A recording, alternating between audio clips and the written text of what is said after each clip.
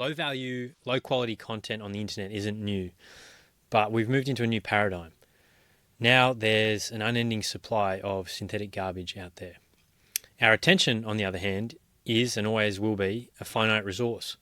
So to stand out in the feed, wherever you're showing up, you need to focus on what can't be prompted into existence. Everything you read on LinkedIn is now potentially synthetic. So you need to show, not tell, to stand out, to actually win trust, and to inspire action among your target audience. This is something I frequently tell my clients, and the logical question that follows is, what do I show? What should I be showing? The answer is highly individual, it's specific to you. It is the stuff of your humanity, it's your quirks, it's your real world dealings. It's how you do what you do. It's your true colours. Showing up in this way is a form of resistance to the big tech machine that's trying to automate away our critical thinking skills. But what if I told you it's also your competitive advantage in this era of infinite slop? Slop, snake oil, and spam aren't new, but it's important to understand what we're up against now. Right now, there's a lot more content than ever before. In fact, there's a recession in social media across all generations, partly because of how much slop, spam, and snake oil is out there now compared to just a few years ago. In fact, active social media accounts hit a peak in 2022, and they've been declining ever since. There's a ton of clearly fabricated, quasi-inspirational, mostly ludicrous work anecdotes clogging up our feeds now.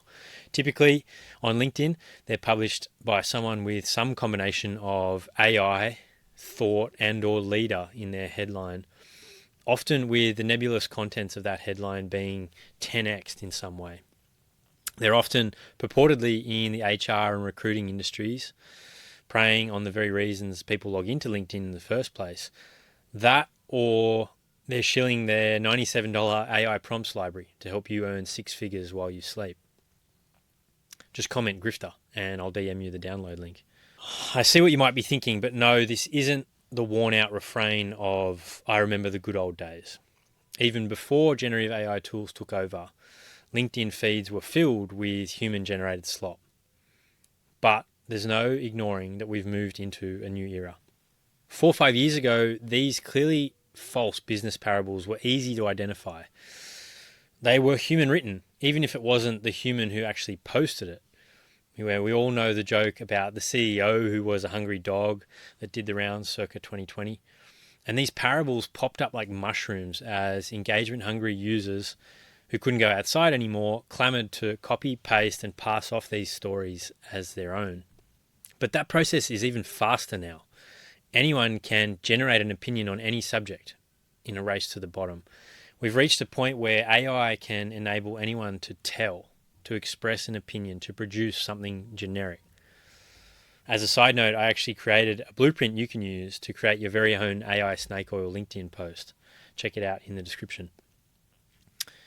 So in this climate, I'd argue that those who can actually show will win. And yes, this is an overused generic writing trope. Show, don't tell. It's the domain of novelists who know that readers connect more with something when you show me that a character is sad rather than telling me that they're sad. So I want to put a finer point on this for our era.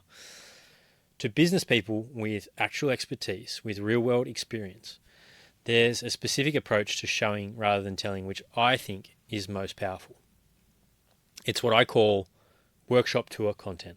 Content that cuts through the noise, takes the audience on a tour of the workshop. It stands out because it demonstrates expertise, experience, and real lessons learned through doing, winning, and failing. Just like a high school maths student showing their work rather than scribbling down an answer they copied, workshop tour content demonstrates deep understanding and mastery of your craft. Quite frankly, it can't be faked. Some grifter has probably tried, but it will fail again and again because the audience that matter will sense something that's off. It won't ring true. It'll have that uncanny valley feel about it. So learning how to show, how to take your niche audience on a workshop tour is the critical skill to build trust in these sloppy times. And I'd argue that the attention economy has now reached a new era, the era of infinite slop. The market for attention now has infinite supply. Generative AI is the jet fuel on the bonfire, but we humans still have a strictly finite store of attention we can spend. In other words, there's a lot more supply than there is demand, and this excess creates noise. It makes it harder for genuine content from human creators to break through. Of course, this concept of the attention economy isn't new. Back in the 60s, an American computer science researcher called Herbert A. Simon coined the phrase, and he argued that the rise of the cheap daily newspaper in the 20th century actually created the first true attention economy. For him, this was really the birth of an endless churn of sensation and pre-digital clickbait, in a way, which remade how people engaged with the world around them. If Simon could only see the world today, he'd have an extreme case of whiplash. Generative AI has cut the brake cables. We're barreling into an infinite supply of low-value, low-quality content. So as the volume of stuff to pay attention to, from Netflix to LinkedIn posts to completely synthetic Sora videos, as that volume grows infinitely, there's this inverse relationship with the level of trust we can assign to a given piece of content. It's like the more that's out there, the less we trust it. But slop, spam, and snake oil also create an opening for those who do the opposite.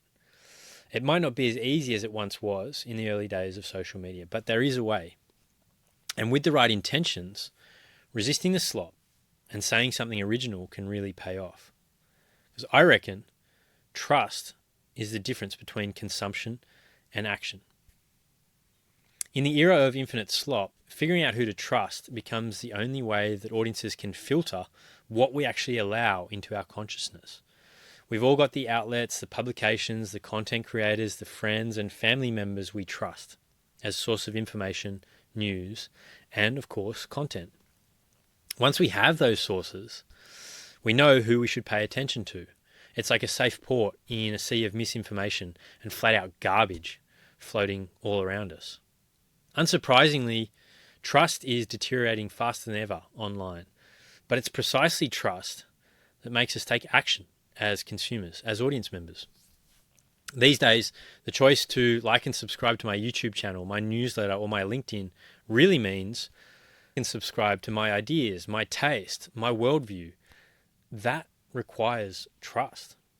And if you want to build trust with an audience in a respectful and ethical and an honest way, you simply can't prompt that into existence.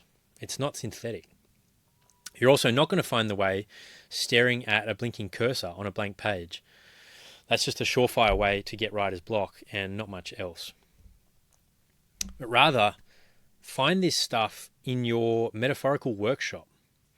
It's in the interactions you have with customers, peers, and people out in the real world. Content that you harvest in this way gives the audience a tour of what you do best. It gives insights into how the proverbial sausage is made. In internet business circles, this is really closely related to the idea of selling your sawdust, taking the byproducts and offcuts of the value you deliver, and using that to create value in a different way, in a different context. It's also closely related to what some product designers in the startup world might call building in public. High quality, trust building, action driving workshop tour content focuses on the strategy, the outcomes, the ideas, the roadblocks, and the wins that aren't otherwise publicly visible. Well, what does that look like in practice? So, in my work as a LinkedIn ghostwriter and strategist, I've found vanity metrics, likes, impressions, those virtual pats on the back are really alluring, but they shouldn't be your focus unless your core goal is building a large audience for no other reason than having a large audience. And to think about it, even then, going on a reality TV dating show might be a faster way to grow an audience if that's your goal. Truth is, workshop tour content isn't for the masses, and that's what makes it so effective. In the social media agency I run, the most effective content we create for clients doesn't go viral. It hardly amasses dozens of likes. Instead, it speaks very clearly to a particular audience at a particular moment. Recently, we helped one client review a sales conversation that didn't result in a sale. The prospect had asked a few key questions. Our client answered them well, but on review, it was clear that a few things went unsaid by the prospect. There was a few questions that they left unasked. And that probably cost the sale. So we created a series of posts which preemptively address these questions and explain the client's approach to each one. In sales parlance, we would call this objection handling. The result of this was detailed, niche, arguably boring content for anyone not actively considering using the client's services. But the result was also detailed, niche, highly valuable content for a small group of leads who were actively considering those services. This content actually reignited a conversation with a prospect who'd gone cold, and by educating the prospect through content, a simple follow-up turned into a yes and a new project. Showing one. Being intentionally niche, one.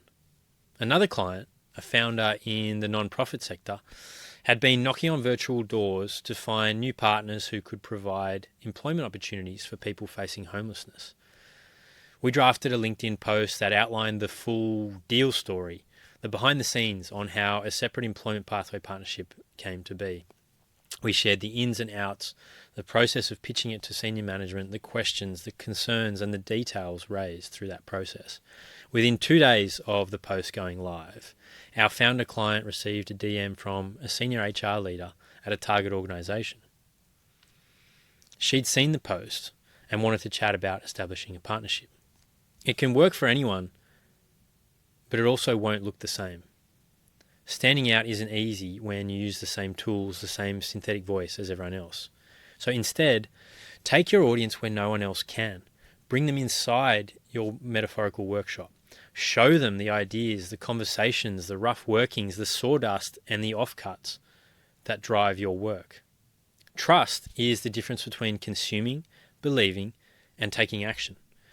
Now that we all have synthetic content machines at our disposal, the experts who can show have the greatest opportunity to cut through the noise.